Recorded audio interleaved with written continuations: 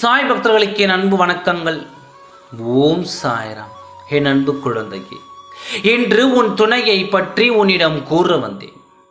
அவசர செய்தி, சற்று பொறுமையாக இறுதி வரை கேட்டால்தான் நான் என்ன சொல்ல வருகிறேன் என்று உனக்கு தெரியும். வரும் எங்கோ இருக்கும் உன் துணையின் நிலவரம் தெரியாமல் இன்று வரை உன் துணையை திட்டி தீர்த்து கொண்டிருக்கிறாய். ஆனாலும் ஒரு சில நேரம் உன் துணையோ நீ மகிழ்ச்சியாக வாழ்ந்த காலங்களை எண்ணி நீயோ தனியாக சிறிது கோபத்தால் கொள்வதும் உண்டு. இப்படித்தான் உன் வாழ்க்கை போய்கொண்டிருக்கிறது. ஆனால் உன் துணை அங்கு என்ன செய்து கொண்டிருக்கிறார் என்று தெரியாமல் யாரிடம் கேட்கலாம், யாரை கேட்டால் சொல்வார்கள் என்று நீயோ புலம்பிக் கொண்டிருக்கிறாய். அங்கு உன் துணையோ உன்னை தான் வாழ்வில் இணைக்க வேண்டும் என்று எத்தனையோ போராட்டங்களை செய்தும் அவர்கள் தைரியமாக உன்னை வந்து சந்திக்கவோ உன்னிடம் பேசவோ அவருக்கு சற்று தயக்கமாக இருந்தது. செய்வது எல்லாம் செய்துவிட்டு பிறகு உன் முகத்தில் எப்படி விழிப்பது என்ற சங்கடத்தில் அவர் உன்னை வந்து சந்திக்கவும் முடியவில்லை. வந்தால் நீ என்ன செய்வாயோ, எப்படி பேசுவாயோ என்ற தயக்கத்தில், உன்னை சுற்றி உள்ளவர்கள் என்ன செய்வார்களோ என்ற பயத்தில் உன்னை வந்து சந்திக்கவே இல்லை.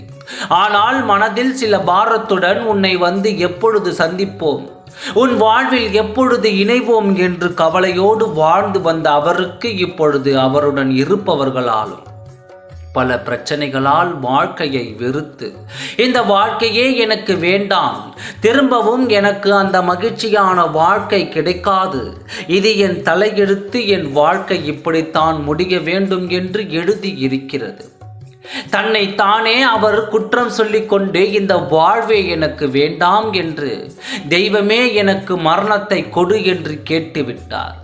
என் உள்ளம் பதைத்து விட்டு, வாழ வேண்டிய வயதில் வாழ்க்கையை எனக்கு வேண்டாம், என் உயிரை நீங்கள் எடுத்து கொடுங்கள் என்று கேட்டால் என் மனம் அதிர்ச்சி அடைந்து விட்டது.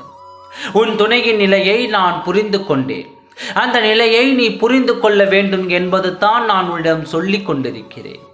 யார் ஒருவர் மனம் திருந்தித்தான் செய்தது தவறு என்று உணர்கின்றார்களோ அவர்களுக்கு கட்டாயம் மன்னிப்பு அளிக்க வேண்டியது அவசியம். நான் என் துணைக்கு மன்னிப்பு அளித்து விட்டேன்.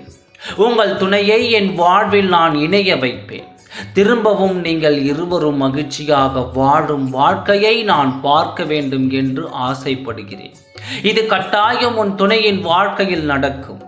உன் துணையின் மனதிற்கு நிம்மதியையும் சந்தோஷத்தையும் அளவில்லாமல் கொடுக்க போகிறேன். எதற்கு?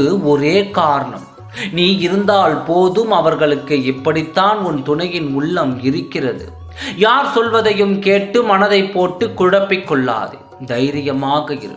உன் துணையின் வாழ்க்கையையும் உன்னுடைய வாழ்க்கையும் நான் தொடர வைக்கிறேன்.